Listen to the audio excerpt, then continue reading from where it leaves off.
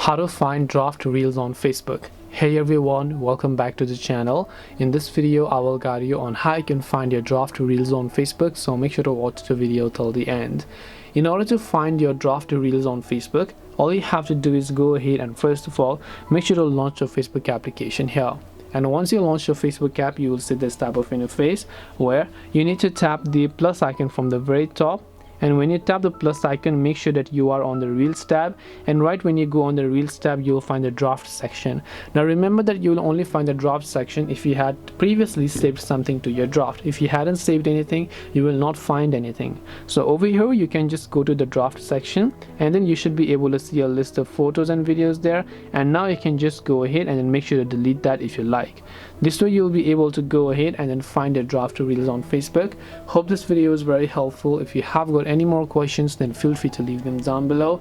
Thank you very much for watching, and see you soon in the next video.